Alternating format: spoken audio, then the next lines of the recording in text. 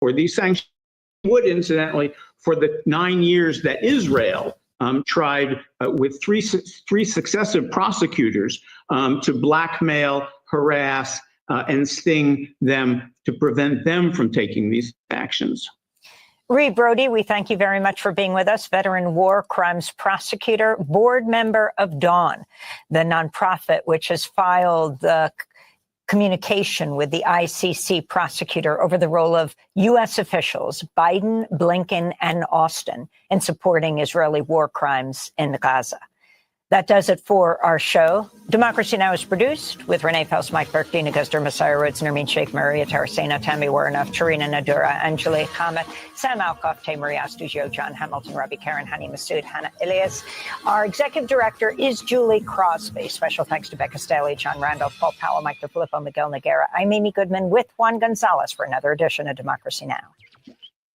Hi, this is Al McFarlane, host of The Conversation with Al McFarlane. You're listening to 98.3 FM, KFAI, Minneapolis.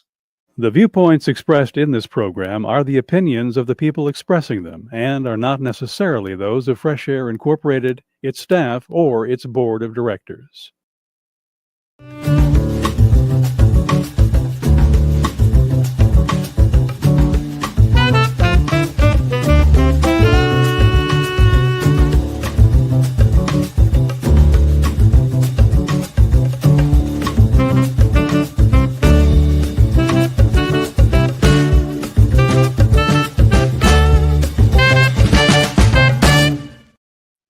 I'm Al McFarlane. Welcome to The Conversation with Al McFarlane. I'm glad to be here and glad to have you along as well. I got a great program today. Let me introduce my co-host, the team members today. Yusef Mgeni, Ndugu Yusef Mgeni is here, and Jonathan Palmer, my running buddies, guys that go back with me a long way in community service, and a newer member of our team, Haley Taylor Schlitz, Esquire, a young attorney, assistant attorney general at the state of Minnesota, and columnist for Insight News. And we're going to have a special program today, a wide variety of topics we're going to go over. They include a report on Democracy Now! About Trump moving to abolish the Department of Education and his broader attacks on public schools. We're going to talk about John Hope Bryant's comments on whether or not DEI is dead. He's suggesting that Black people are having the wrong argument, and maybe it's time to get over DE&I. Finally, we want to talk about civil rights groups suing the Trump administration over anti-equity executive orders. That's a lot. We're going to begin with a special guest, Crystal Stein. If I'm saying that right, Crystal, you help me. And thank you and welcome to the program. Crystal is a Minnesotan who left a successful career in finance to launch Beret Publishing Company this February during Black History Month. So this is a passion product that's dedicated to storytelling, music, and creativity. Beret Publishing highlights diverse cultural contributions through multi-sensory children's books, including music, books, video, and braille. Her goal is to celebrate hidden stories that inspire and connect communities, making literature more inclusive for all kids, including blind children, and especially Black and Brown children. The project features music by Black composers like George Bridgetower, who work with Beethoven as one example. Well, we'll learn more about that. Crystal, welcome to the program. How are you? I'm doing well. Thank you so much for having me, team. I appreciate it. Thank you for being here and hang out with us as long as you can today. We welcome your presence and your voice. So we want to start by lifting up Beret Publishing. Am I pronouncing it properly? That is perfect. Yes, you're spot on. Well, let's do Beret Publishing 101. Tell our viewers and our listeners here on KFAI about you and your company. Well, again, my name is Crystal Stein. It is such a pleasure to be here with all of you guys.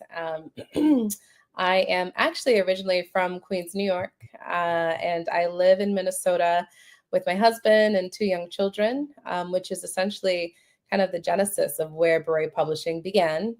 So our firstborn was born during COVID. when, ourselves, like many across the world, were, indoors and trying to figure it out. So we had a young baby in 2020.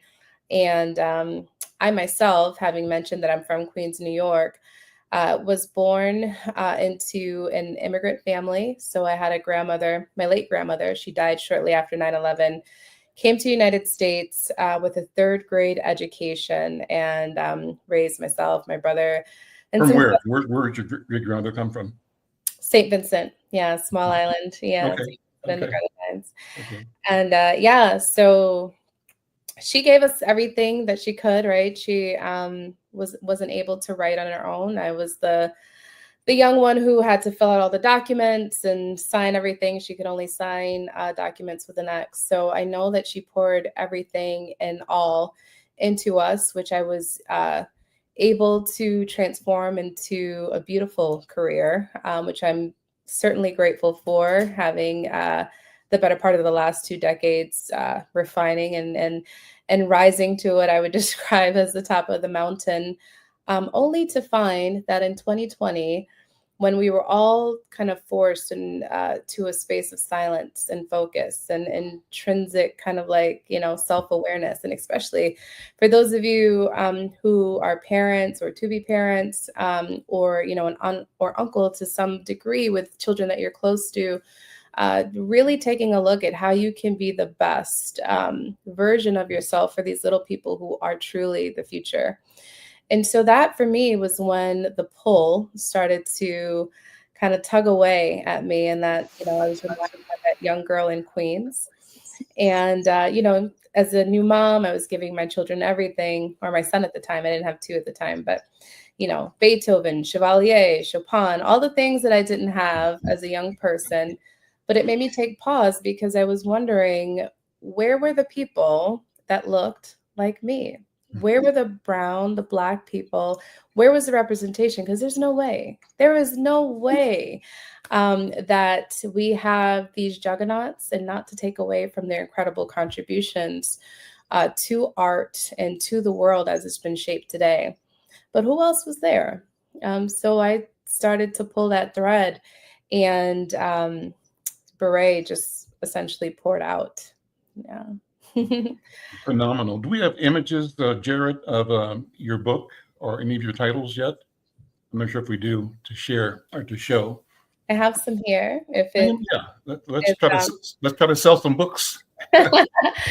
So here we have so there's 5 composers in this first cohort. They span between the 15th and the 19th centuries. Mm-hmm. The reason why I went this far back is because it was of great significance to me that we start somewhere along the line where greatness just poured out of people of color. Mm-hmm. It doesn't start in, cotton fields. It doesn't begin when someone else tells us, let's find out the cold hard facts. Mm-hmm. So this name might be familiar to some folks. His name was Joseph Mgeni, prior to becoming knighted as Chevalier.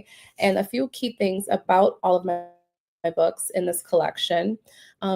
They all have Braille. Okay, so we are bridging the gap between populations of individuals, young and old, okay, that learn in a different way. Mm. So to expand my mind around how can I get these pieces of work, these stories that have been forgotten, into as many hands as possible, that was certainly something that was quite special ad that doesn't exist, actually, frankly, for every bookstore that I've walked into. So you'll find the Braille there. There's beautiful art. Another thing that you'll find actually in the body of these books is music. Okay. Oh. So I worked with celebrity producer in LA to have these remade.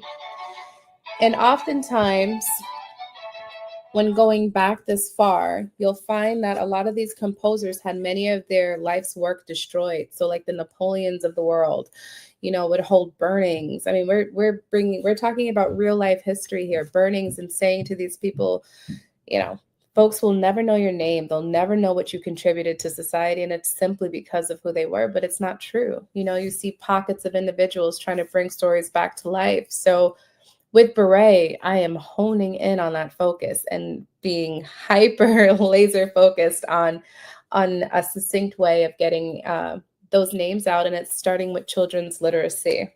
Okay. One last thing that I want to point out about these books that are quite special is there's always 4 themes. And so when you think about what's important, you know, to children and Black children, brown children, people of color, just generally, it's often not shown. There's 4 common themes that I've added. 1, I always show the children with their parents, strong parental figures, okay? Because we're not alone, you know, and as much as history was able to lend information to say whether it was both parents present or we know something, if anything, about one of them, I brought them to life in these books, okay? I always show the children studying. We're talking about the best of the best, creme de la creme individuals of their time. So to be child prodigies, what does that mean? It's not something that just, you know, you wake up and you're like, yeah, I'm ready to go play Carnegie Hall. That's not how it works. You truly have to study. You have to hone in on your craft, and you have to have the support because it truly does take, you know, a village, right, to bring all of that together. Another theme that I always show are the young children playing, having fun. Like, I can't recall how many times I've seen books where, you know, I see little Black children studying or playing or just being kids, you know? And so that was of the utmost importance to me. And then I always show them on their big day, right? So we're talking about stages, world-renowned stages that these individuals have played on, right? So like, for example, Chevalier, the Paris Opera. Okay, so these are the books that we have here. They are available for sale. And the call to action is truly to get these pieces of work, these stories into as many hands as possible. So you had an accounting career, I think, or is that what finance career? What's your own story? What's your path? My origin story before this. your professional development story. Yeah. Schooling, etc. Yeah. So I actually have an undergrad and 2 master's degrees. Okay. So for the most part, there was one blimp, I'll explain the blimp, has been steeped in financial services. And one of my master's programs actually honed in on information systems, where I was able to really get really good at in the technology space very early on. So I ended up getting recruited to a Big 4 shortly after, you know, them finding out that I had kind of this diversified background, be it junior at the time in technology and finance, and the rest was history. It actually went off and into the consulting space, where I've spent the better part of the last 2 decades just leaning in and enjoying it actually too. I really do love the fintech space. I have a particular set of skills in a very niche area, and one of, like, you know, my greatest bodies of work have just been able to serve people in that way. But now I want to serve them in a different way. As I said, it's a calling at this point, because for me, when it became surface, when I realized it was more surface than substance, that switch just finally happened. Yeah. I want to come back to the questions that you've caused me to think of in hearing your story. Those you've simply opened my curiosity about what it means to have specialized and had success in the finance sector. Let me bring in one of our other colleagues, Haley Taylor Schlitz. And gentlemen, let's sort of stand by for a second, because I want to elevate and celebrate these phenomenal women's voices. And Haley, one of the things I wanted you to talk about is this article that you'll be printing or Publishing in next week's Insight News on Joy Reid. And I'm hoping that you can make the connection as you hear the motive and the output that Crystal is bringing. There's a connection to the whole need for us to control our narrative and to be owners and acknowledge and elevate our information systems. What are your thoughts, Haley Taylor Schlitz? Right. Well, thank you again for having me. As I listen, Crystal, to your story and look at your impressive books, I'm a bookworm. So when you pulled it up and you showed all of the details and thought that you put into it, I'm in love. So I'm definitely going to be doing more research on that. But just like Al said, I definitely hear a connection. What's been on my mind this week is about Joy Reid and the cancellation of her voice and her platform, and hearing you about your publishing company. I definitely see the connection. I keep looking over here because the article I wrote is right here. So I do think that there's a paragraph and a half roughly that's pretty relevant, Crystal, to you and what you share. So I'll just read it that way you guys can all kind of get in my mind space here.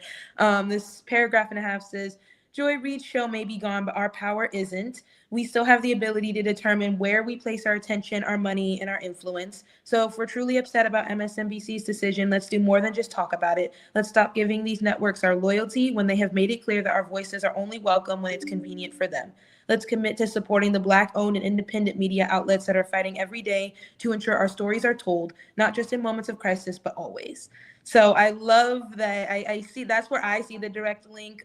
In my article talks, as you can tell, about not just Joy Reid's platform being taken away from our communities and the stories that she would share and highlight of our experiences, our success, and also the tragedies, but also, we should not just use this as a moment of outrage, but also a moment to lean into Black-owned and minority-owned media outlets. And media is not just MSNBC. Media is, authors and publishing companies, music, like the conversation with Al McFarlane, things like this are media outlets and that are Black-owned and highlight our stories and our voices. And we should lean into those and place our loyalty in those. So like I said, I'm super excited to hear your story and your books and your mission. I absolutely love it. I love the attention to detail. And I think that this is the exact kind of platform and companies that my article was talking about, the things that we should lean into. So I'm just super happy you're here. And like I said, as a bookworm too, definitely a tab open right now with your books.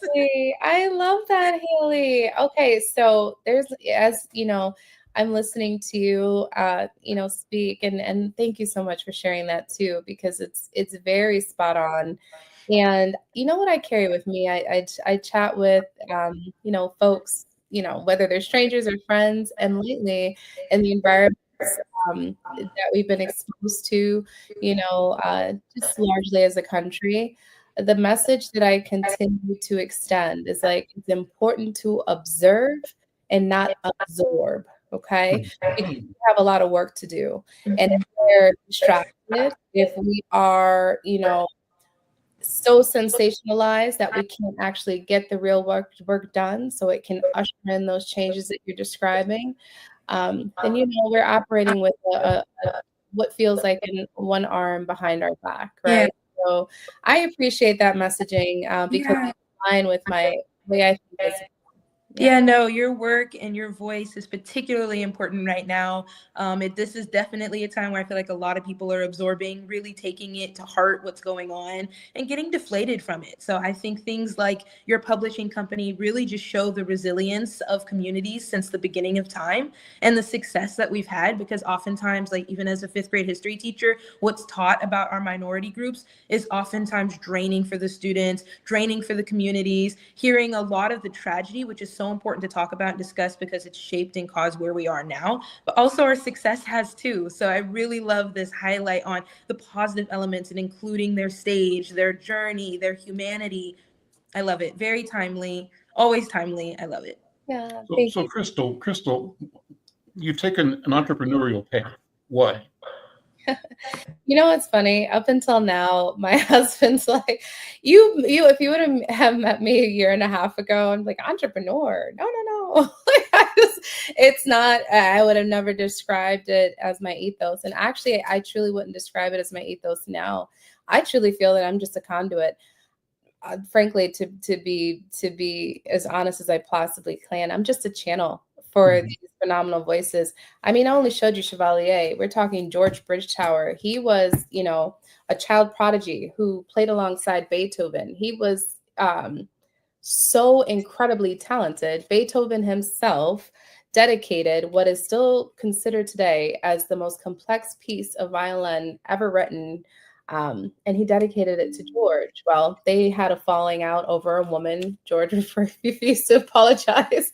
So Beethoven removed the dedication and gave it to some other guy named Kreutzer. But the funny, you can't make this stuff up. Kreutzer goes, I don't know, I'm paraphrasing here, but I don't know what you thought, Beethoven. I don't know what you thought, Ludwig, but this is too complex for anyone to play. He could not play it, even though the dedication had been moved to him, but it's not true.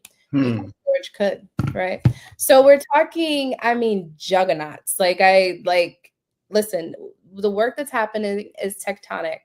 And actually, it's going to be in cohort form.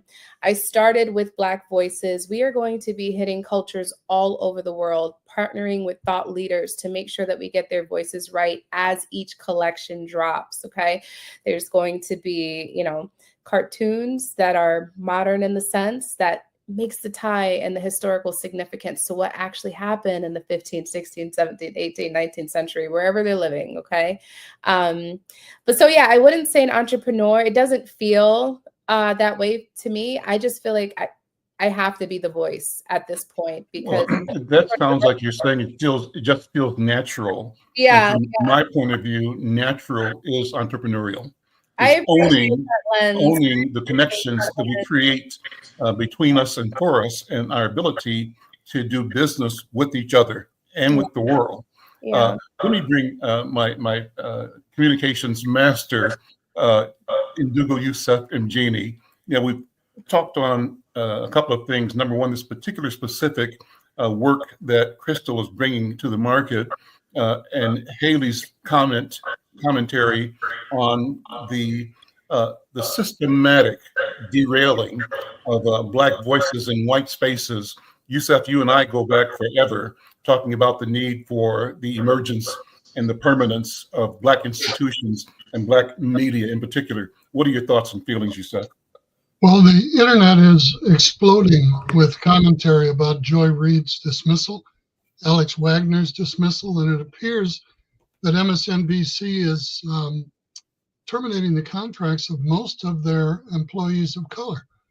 And one can't help but wonder how much pressure from the Trump administration, right-wing media, and conservative critics contributed to these dismissals. Even MSNBC's on-air reporters, Rachel Maddow, has the most popular cable television show in the country, and she was very critical of MSNBC for releasing Rachel Maddow and Alex Wagner, and said the release of the two prominent on-air personalities of color was indefensible.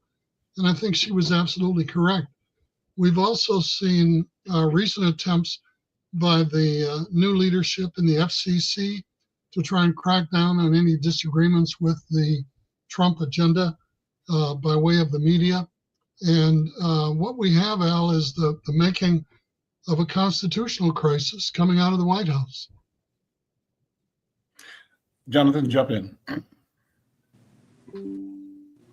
Unmute, Jonathan. Yep. I was like, I should unmute. That would help. So one of the things that I think is really important is looking at this specific area. It's communication. Communication is the key. It's how the word gets out. It's how knowledge gets transferred. And it is in a variety of areas and connected to the arts.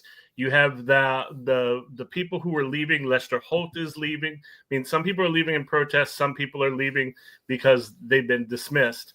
But across the spectrum, you have it happening on different platforms. You have it happening in different areas. You also can look at the Kennedy Center and what's been done there.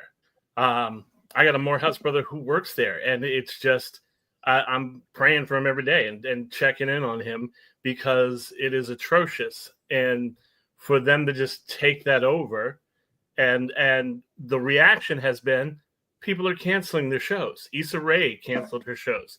Other performers have gone and not been there because of the fact that this is not the way you do business. It is also, it is not the elimination of DEI. That's one of the things that I think needs to be kind of understood a little bit better, because where we were was DEI for white people. What they're returning to is DEI for white people. We're going ahead and putting people in positions, actually what they think of as DEI, people who are not qualified into positions instead of qualified Black and brown people, instead of qualified women. And that's what you're seeing a lot. So Crystal, you're exactly what we need. We need to keep getting these stories out here. We need to keep translating that and helping our community and the broader community. They need to know that that is happening. We've been doing some work with the Schubert Club. I'm on the board of that, and reframing what classical music is, because of the fact that it's traditionally just Chopin. It's traditionally just Tchaikovsky. And you've got Scott Joplin. You've got all of these other performers, composers. You've got Chevalier. You've got people who need to be represented. And that's the thing that the pushback is going on. We're changing the narrative, and people just need to see that more. Crystal's got to check out, I think. Crystal, thank you so much for being here. What a wonderful conversation. Yes, thank you so much for having me. It was such a pleasure to talk with you guys, and looking forward to connecting again. And people can find your books where? Oh, yes, of course. BeretPublishing.com. We are on all of the social media platforms as well, just as Beret Publishing. So please, by all means, go check us out. If you want to reach out to me directly, you can find me as well on any of the platforms. I would love to connect and collaborate. But look out for more magic, you guys, because there's a lot more to come. So thank you. I'm Al McFarlane. This is The Conversation with Al McFarlane. And what a wonderful conversation it is. I'm going to continue now with Brother Yusef Mgeni and Brother Jonathan Palmer. And I mentioned several topics today, and we can go into these now, or you can move the conversation other places if you'd like to. But a couple of things on my mind, and we shared some notes about the Democracy Now! Article on education arson. Trump moves to abolish the Department of Education amid a broader attack on public schools. We just talked a little bit about Joy Reid, but the third topic was two other topics. John Hope Bryant says DEI is dead and Black people are having the wrong argument. And we may have a piece of the video. I don't know if we have that video that we can share, Jared, or not. If we do, put that up and we can talk about it. If not, we can just have the conversation. And the last thing was about civil rights groups suing the Trump administration over anti-equity executive orders. Yusef, jump in. Any of those topics do you want to comment on? Well, I mentioned earlier, Al, that we have the makings of a constitutional crisis coming out of the White House, and we have a president who is overreaching his powers far more than many of the previous presidents combined have attempted to do. For the younger listeners in our audience or those who may not follow politics, let me simply explain that the Constitution created three branches of government: the executive branch, the White House and the administration, the legislative branch, both houses of Congress, and the judicial branch, the court systems in the United States. And we have a president who is attempting to steamroll both the legislative and the judicial branches of the government by implementing executive orders, 60 in total so far, throwing them against the wall to see which ones will stick. And we were so blessed to have Minnesota Attorney General Keith Ellison on the program previously to discuss lawsuits which he and 16 other states' attorney generals have filed against President Trump and his administration for the illegal, unconstitutional, reprehensible attempts to cease federal funding, which has been allocated by Congress, which the executive branch does not have the authority to do, seeking to terminate employees, programs, the U.S. Agency for International Development, top officials in the Defense Department, and other branches of the federal government. His popularity is taking a nosedive, and many top government officials are resigning rather than carry out personal vendettas or grudges or actions. Many agencies who formerly, government agencies who were independent, are now have sworn loyalty to Trump and are following whatever executive orders or instructions they are being given. Education, the military, the armed forces, the Federal Communications Commission, the U.S. Department of Education, which I think we're going to talk about more in depth in a minute, which is another classic example. The co-founder of the WWE, World Wrestling Entertainment, is now the United States Secretary of Education.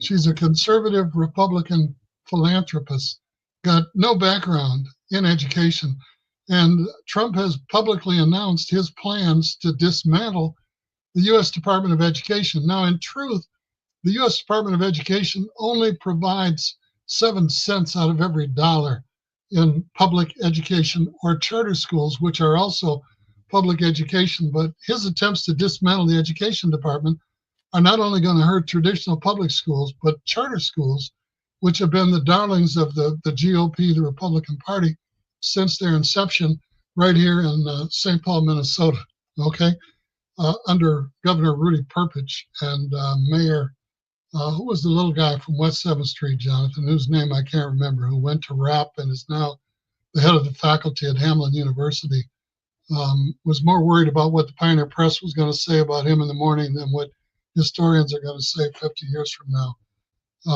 He was the council member for West 7th and then became the mayor, served one term, and then was promptly...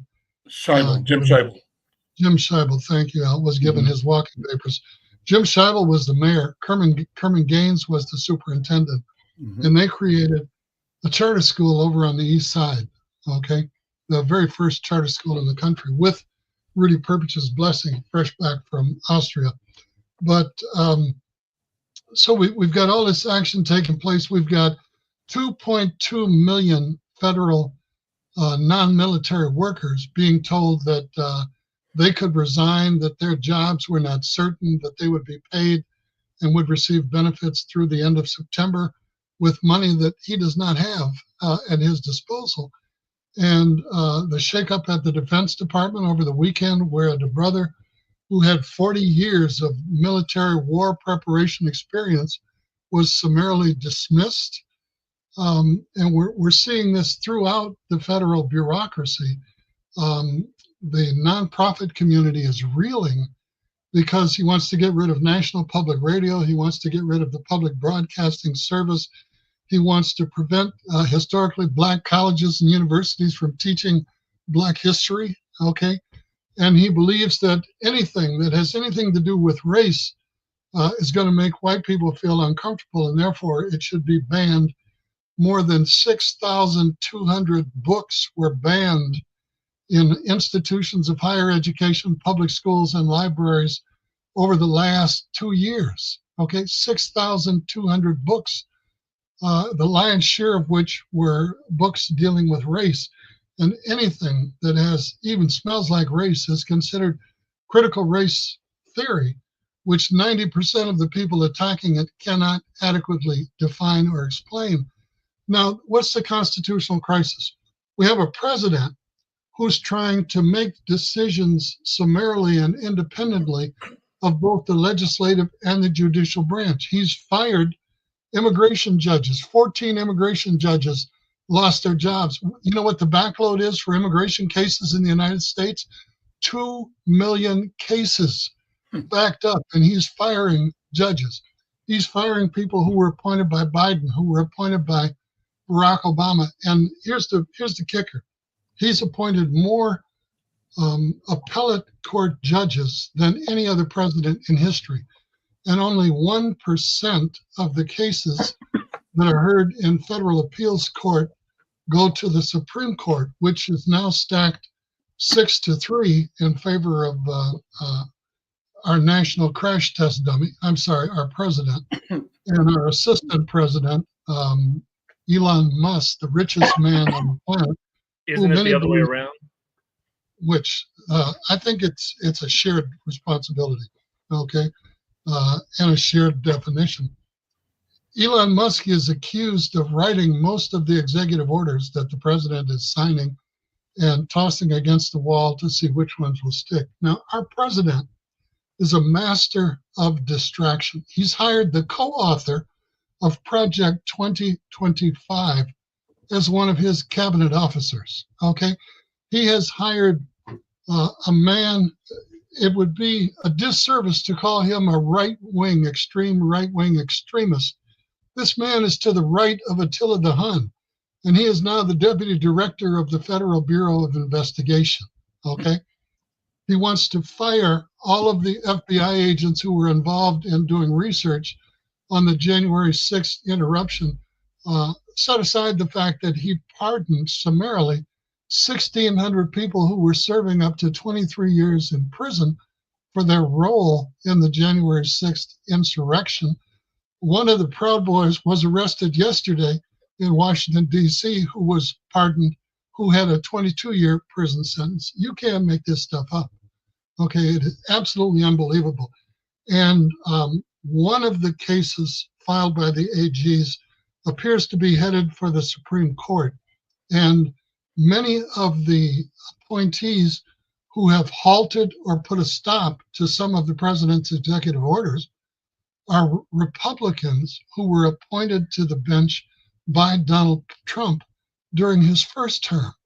You know, and they're basically saying, look, even Ray Charles could see that these things are illegal, they're unconscionable, they're reprehensible, and they're far beyond the constitutional scope of the president's duties and responsibilities. So when I say a constitutional crisis, we have one of the three branches of government, the executive branch, trying to supersede the judicial and the legislative branches. And several of the judges have told the White House, wait a minute, you're disregarding our orders to halt or cease the implementation of these executive orders that are being written by the assistant president, signed by the guy I mentioned earlier, and you're going ahead with the plans and implementing them anyhow. You can't do that. You know, that's illegal. That's against the law. And so we have a Republican congresswoman who's introduced two bills, one to make Trump's birthday a federal holiday, the other to allow Trump to run for a third term. Another piece of legislation was introduced to call a constitutional convention to allow him to serve for life. And it takes 34 Republican governors to call a constitutional convention. And we're 3 or 4 shy of that. So this notion of the midterm elections, when many of the governor's races and the congressional seats are going to come up, is going to be critical in terms of whether or not the Elon Musk money, he spent $17 million to get right-wing Republicans elected to the House and the Senate to see if they're going to be able to buy more seats. The Republicans have a 3-vote majority in the House of Representatives right now, and there are going to be special elections in 3 districts, which could defeat any majority that they currently enjoy. So he's got a trifecta right now, the Senate, the House, and the White House, and he's got the Supreme Court 6-3. So a constitutional crisis could undermine the very fabric and the foundations of democracy as it has been written, created, voted upon, and implemented in this country. And it's not just here. He's told white South Africans they will enjoy full United States citizenship if they want to immigrate to the United States, and all they have to tell the customs officials is, we believe we've been discriminated against by the black majority in South Africa, even though whites own 85% of the land. Right. They're free to emigrate to the United States and enjoy sort of like the right of return or the dual citizenship for Americans. Every Jewish person automatically becomes a citizen of Israel.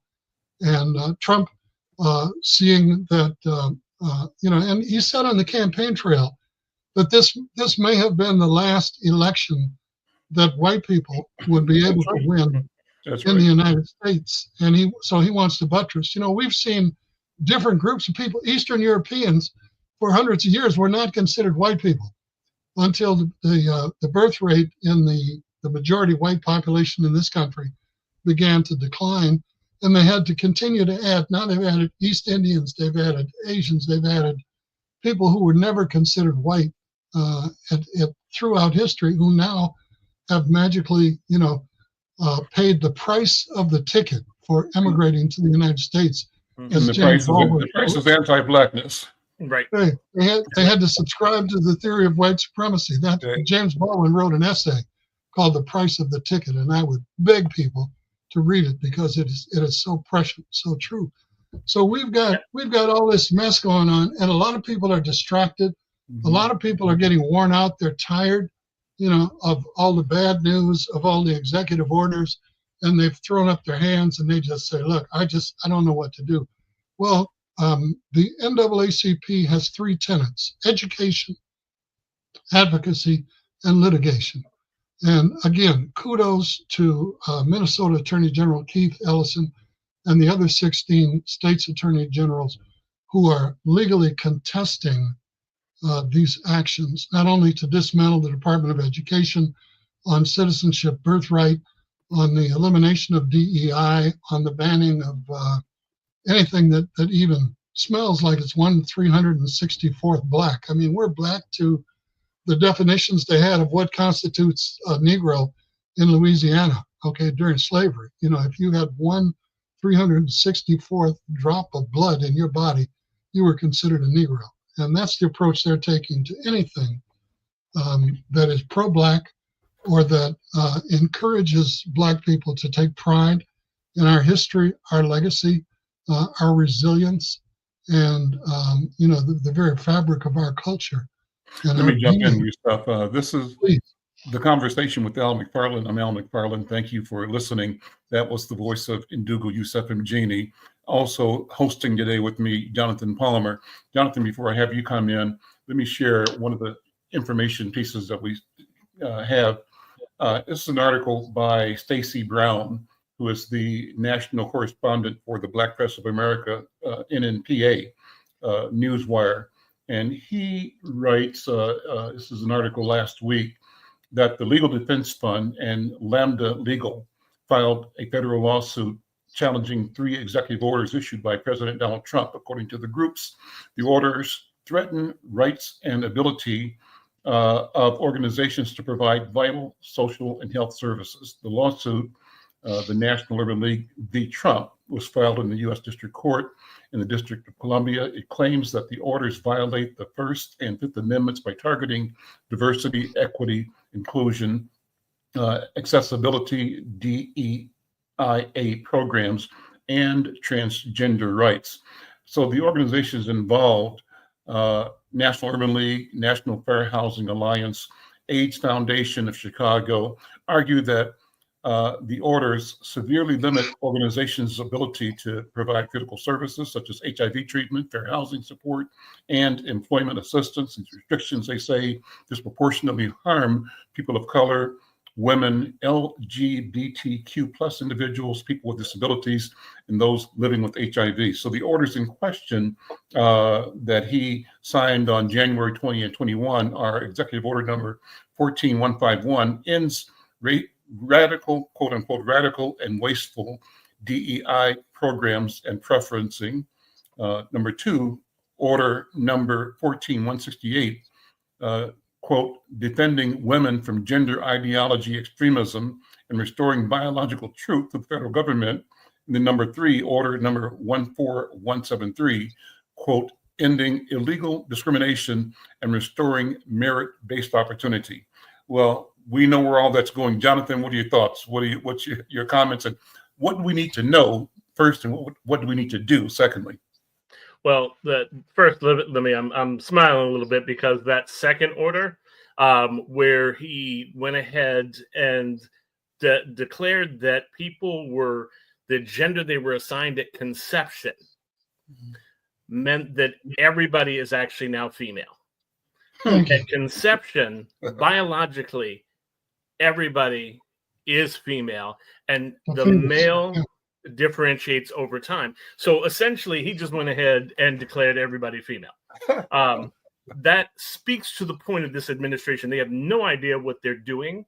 They are taking shots in the dark and trying to see what they can wreck up and how much shock and awe they can do. The Doge and Elon Musk and those pieces that are aligning right now, they're having hearings, not hearings, but court cases where judges are asking who is actually in charge of Doge. Trump has said it was Elon, but then he said Elon isn't actually a government employee. He's an advisor. And they're playing a hide and seek game with all of this to shuffle around and try to do as much damage as possible before the legislation starts coming back, before people start going ahead and putting the litigation in place to stop these things. All of this is really to elevate white supremacy. And people don't like to talk about that because when you say white supremacy, what they think is people in sheets burning crosses and neo-Nazis and stuff like that. They don't understand that there's another level of white supremacy, which has to do with dismantling education systems so that people don't know about where our country has been. The banning of books in Florida so that people can't read history and understand we've been here before. We've been through all of this stuff before. So it's a systematic approach they're taking to elevate white people, to elevate white supremacy, and to put that in place. And what you're seeing a lot of with Congress, especially with the Republicans, is nobody wants to jump out first. They're watching this to see where is the point. I'm watching Republicans bend over backwards to criticize the action and praise Donald Trump. Oh, this is not the thing we want to do. This is terrible. But Donald Trump is a really brilliant guy, and I really like him. He issued this order, and he's such a strategic thinker. But this order is going to go ahead and destroy the very fabric of our humanity. But he's really great, and we should get that. So the constitutional crisis that Yusef is talking about, I don't know that we're coming to it. It feels like we're already there because of the fact that you've got the Republicans in the House and in the Senate who are now conflicting with each other over the budget. And that's laying the groundwork for them to fight. They're getting railed at town halls as they go on, and people are giving them pieces. And now they're coming back and getting into trouble with their constituents. So this stuff is going to implode. And the question is, are we going to have an infrastructure left after it, or will they have done enough damage? That whole Elon had a whole thing about tell us what you did over the weekend and justify. And there was panic going through about that until they got to the Trump appointees. I think it was Kash Patel was the first one who said, you don't have to pay attention to this. So it was an order until they got to Kash Patel, Kristi Noem, and the ones like that. Then suddenly there's a question around. Yeah, defense. I think defense said, "Don't worry about it." Yeah. Mm-hmm. Well, look, I talked about the question of John Hope Bryant saying DEI is dead, and we've got a couple of clips. There was about a 5-minute clip. I don't want to play 5 minutes of it, but I'm going to do the first minute to set it up, and then we'll stop. We can talk a little bit, and then we'll play the last minute. Maybe we'll hear his conclusion at that point in time. Let's check this out first. Go ahead. What about DEI now? When you see major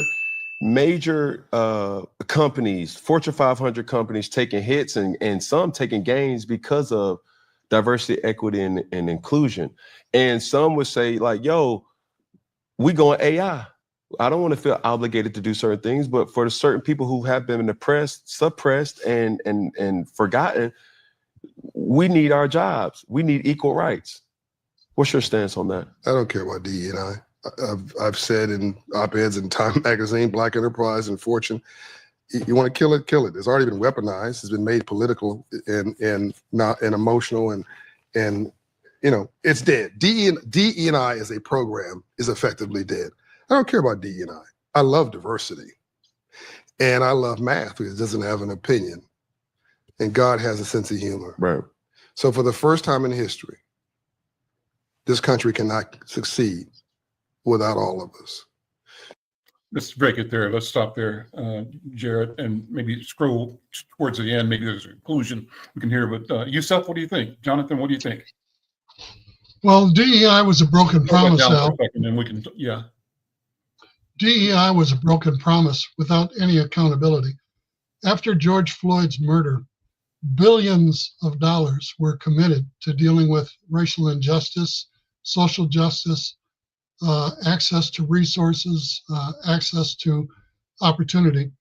And yet we've seen a few million come through the spigot. And many of those brave promises for massive change were forgotten. So it was very easy to abandon them because they had not been implemented to begin with.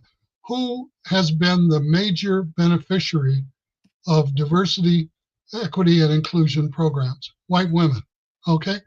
So the president is hurting his daughters, his mother, his sister, his aunts, his granddaughters. White women are going to be the first to be significantly harmed. Yes, it will affect people of color. It will affect other marginalized groups. It will affect LGBTQ&A communities. It will affect the handicapped. It will affect senior citizens because Elon Musk considers Social Security and Medicare as DEI programs, and they want to slash those.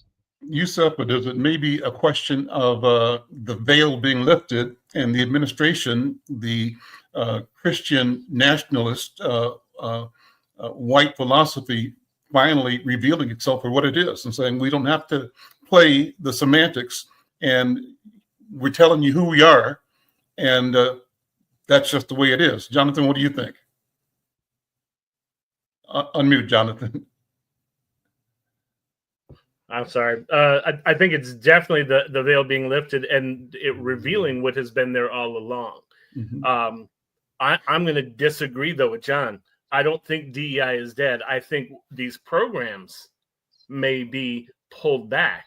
But what you're seeing right now, there are companies that value it, that are going ahead. Costco is one of those that is keeping up and maintaining that. The Arizona Tea, they're doing that. There's others that are continuing on and maintaining that. And those that aren't, they're feeling it. Target said they were going to, not support DEI. So the Pride Festival, remove them as a sponsor. They still wanted to be a sponsor, but we're not going to do the stuff anymore. $50,000. Pride said, thank you very much. No. Raised $83,000 in 24 hours to replace that. And so what you're seeing is efforts that show if you're not going to go ahead and support the things that we find important, people are going to walk and we'll take our dollars elsewhere. And that's what hurts them. What you're seeing is there are companies who are going to stand up for it and say this is real and this is important and it has to go. This is like the truth has come to light and people recognize that DEI, like Black history, is something important until we get to the point where we recognize Black history is just history. It's Black history because it's been suppressed so much, but it's actually just history. And it's something we should be recognizing and celebrating. And that's where the fight's going to go. Why are you leaving this person out? Why are you minimizing this contribution if history is just history? I'm reminded when the workers at U.S. Steel went to the chairman of the company's board of directors' home and threatened to burn down the steel mill. And he said, listen, would you do us a favor and make sure you burn it all the way to the ground because we have wonderful insurance. And what you folks fail to understand is that we're not in the business of making steel. We're in the business of making money, okay? And anything that you can contribute that's going to make us some money, we support it. And DEI is good for the bottom line, okay? John Hope Bryant pointed out that 70% of the gross domestic product in this country is consumerism. People are buying. And when you look at the share of the groups who DEI was allegedly intended to benefit, those are the marginalized groups: seniors, low-income people, people of color, women, people with disabilities, LGBTQ&A folks. And if those folks engage in selective buying campaigns and only shopping where they feel welcomed, valued, and respected, then certain companies are going to benefit, and other companies are already taking a hit. And let me say this: Republican legislators, when they go back to their home districts for a congressional break, are catching living hell, okay, from their constituents, from the people who elected them, discussing the ways in which these executive orders coming out of the White House are harming them personally. And they're saying, look, we're mad as hell and we're not going to take it anymore. We are not going to support it. You've got farmers who sold, billions of dollars of crops to the U.S. Agency for International Development, saying, wait a minute, didn't we put this boy in the White House? And now you're taking, our livelihood, you're taking food off our table and our livelihood, and you think we're going to vote for you and for him in another term? Come on, let's be real. This stuff is so stupid. It hurts everybody. Even rich people are saying, wait a minute, my stocks are down, my dividends are down, my profits are down. What's going on here? Okay. And President talking about, well, it may hurt a little bit for a little while. No, it's going to hurt a lot for a long time. We imposed a 10% tariff against China. What did the president of China do? He imposed a 15% tariff against the United States. Duh. I can't imagine where that came from. Why would he do that? We were trying to do him a favor. Sure. It's absolute insanity. It's absolute insanity. Part of the thing is that people, the people who are in the MAGA cult and who voted for Donald Trump did not realize that DEI was not just black and brown people. It's disabled people. It's orientation. Jonathan, they're listening to a lot of blues music in the trailer park. Believe me, they are. They are, and even in some of those rich communities where their daughter's job got canceled and the pieces got pulled away because Doge decided to close down that organization. So there are a lot of white people who are realizing this isn't just a black thing. And this all goes back to, in terms of what's happening with China and other places, in Canada and Panama, we're picking fights and trying to expand the land. It goes back to this idea of American exceptionalism. And the thing is, Americans are just exceptional at being racist. Jonathan, is there an answer, a strategy among many that involves our ability to do more business with each other?